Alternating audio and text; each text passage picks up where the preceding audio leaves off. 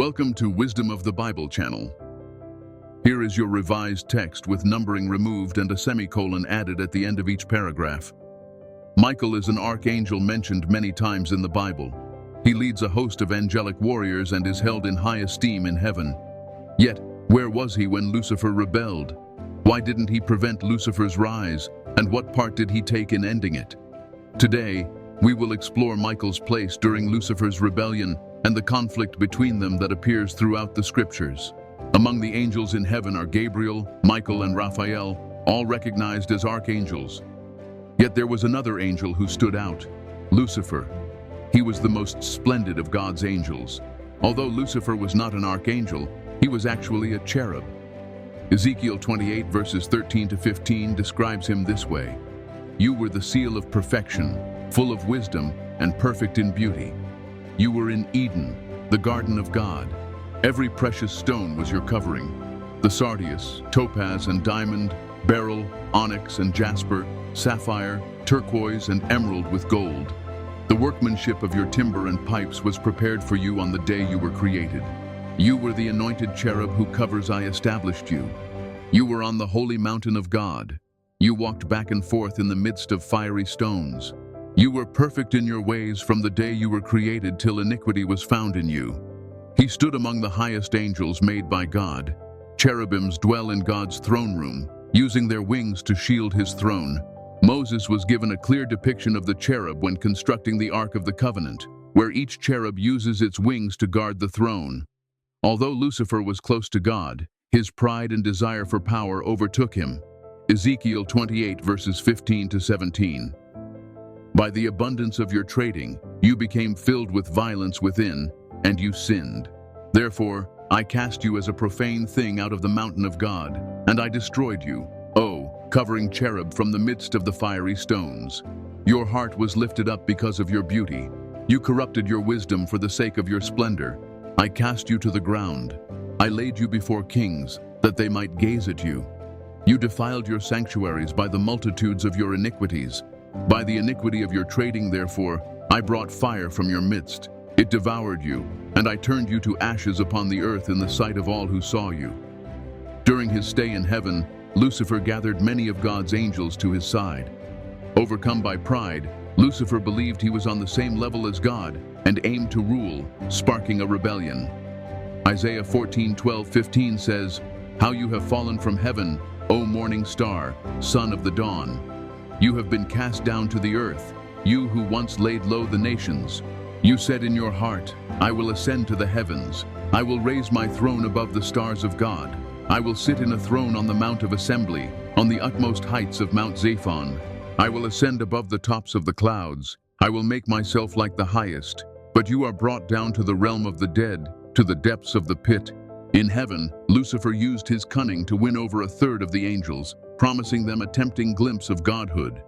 Among those he convinced was Azazel, a gifted and experienced angel who served under the great archangel Michael. Azazel had deep knowledge of mystical arts, especially the creation of weapons and the ability to give them powerful enchantments. His skill in battle and forging made him a strong asset in the heavenly ranks. Though he was loyal to Michael, Azazel was drawn in by Lucifer's promises and cunning speech. Lucifer painted a vivid picture of a future where they would rise in power and rule over large parts of the universe.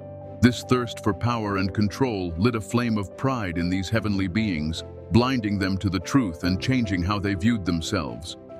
Because Azazel held a key role in God's army, he became a vital part of Lucifer's plan.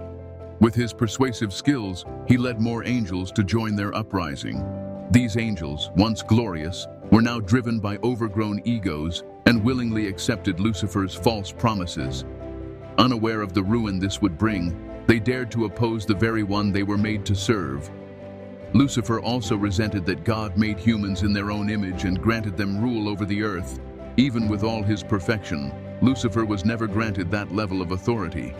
Referred to as the bright morning star, he is frequently linked to the planet Venus. Some say this connection hints at his wish to be near God's cherished creation in order to cause their ruin. The conflict that followed was among the greatest battles in all creation. Lucifer believed his forces would triumph, since they included a third of God's angels and Azazel. Yet before he could reach God's throne room, Michael confronted him. They fought, but Lucifer failed to overcome Michael. The war in heaven went on for ages without a clear victor. In time, Lucifer, once highly regarded, realized he was losing. There was no going back for him at this point. These immortal beings fought with intense force, and their sheer numbers posed a serious obstacle for both camps. Making it even more dire, Azazel stayed aligned with Lucifer, fueling the turmoil. Yet through the disorder, the loyal angels stood firm in their purpose. 4 mighty archangels, Michael, Gabriel, Raphael, and Uriel, fought with all their might. They bore God's authority, fully aware that they could not fail. Michael led the offensive, a formidable warrior in every sense. Armed with a blazing sword and unshakable resolve, he instilled dread in the fallen angels. He faced these dark forces head-on, never wavering in his courage. Gabriel, the messenger of God, lifted his trumpet and unleashed a mighty call. The ground shook, and shadows fell across the sky. His holy voice had a power that sapped the fallen angels' energy and confused their thinking. Raphael, the healer and guardian, used his heavenly wisdom to overpower Lucifer and his followers. With a single motion of his hands, he summoned fierce winds that broke through their lines. Nature itself complied with his word, making Lucifer's troops unable to hold their ground. Uriel also took part in many clashes. This wise archangel observed every movement with sharp attention. His heavenly insight let him anticipate the plans of Lucifer's forces. He seized upon their flaws, striking down their commanders with a fierce stare and swift moves. Disorder spread among their army.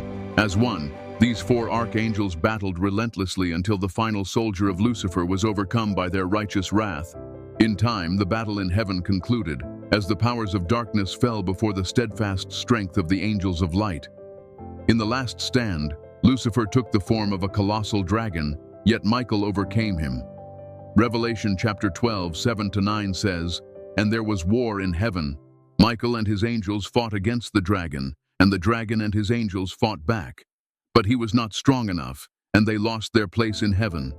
The great dragon was hurled down, that ancient serpent called the devil, or Satan, who leads the whole world astray. He was hurled to the earth and his angels with him, and Lucifer fell like lightning from heaven down to the earth, where they still dwell."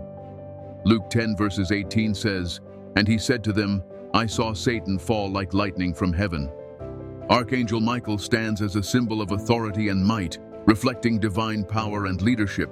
Now seen as a danger to Lucifer, who is called Satan, Michael has stepped in to handle many dire moments. For instance, he assisted Daniel by opposing the prince of Persia, and when Moses died, Satan tried to seize his body, but Michael intervened. Michael intervened and took it, showing once again his authority in spiritual battles. His role in these events reveals the power he carries, always acting under God's command. Through these acts, Michael remains a key figure of strength and leadership in the heavenly realm. Hello, dear viewers. Thank you for watching our channel, Wisdom of the Bible. I personally invite you to subscribe to our channel. It supports us and helps us create more videos. Thank you, and God bless you.